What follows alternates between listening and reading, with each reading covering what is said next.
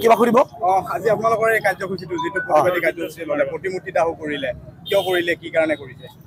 যে আপোনালোকে ইতিমধ্যে জানিব পাৰিছে যে এজন সৰ্বভাৰতীয় বিজেপি নেতা তৰবিন্দৰ সিং মাৰোৱাই আমাৰ নেতা, আমাৰ জনপ্ৰিয় নেতা ৰাহুল গান্ধীক উদ্দেশ্যিত তেওঁ কিছুমান ষড়যন্ত্ৰমূলক কিছুমান বক্তব্য ৰাখিছে, তেওঁ ভাষণ দিছে। গতিকে ইয়াৰ আমি তীব্ৰ বিৰোধিতা কৰিছোঁ। আৰু বিজেপিয়ে আজি এনেকুৱা এটা পৰিস্থিতিলৈ আগবাঢ়িছে, ভয় ভাবুকে দেশখন শাসন কৰিব বিচাৰিছে।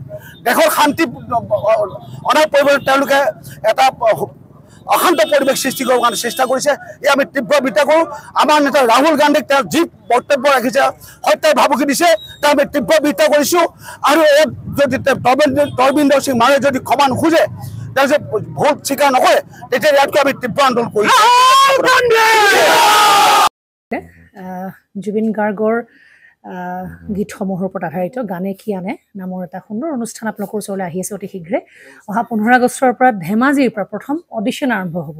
আৰু সেই অডিশ্যনৰ যোগেদি বিভিন্ন কণ্ঠশিল্পীসকলে যিসকলে এই অনুষ্ঠানত যোগদান কৰিব বিচাৰে, তেওঁলোকে এই অডিশ্যনৰ যোগেদি আগবাঢ়ি আহক। আৰু জুবিন গাৰ্গৰ বহুত ভাল লগা গান আমি সদায় শুনি আহোঁ।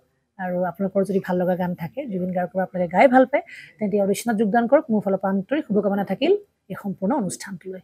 ধন্যবাদ।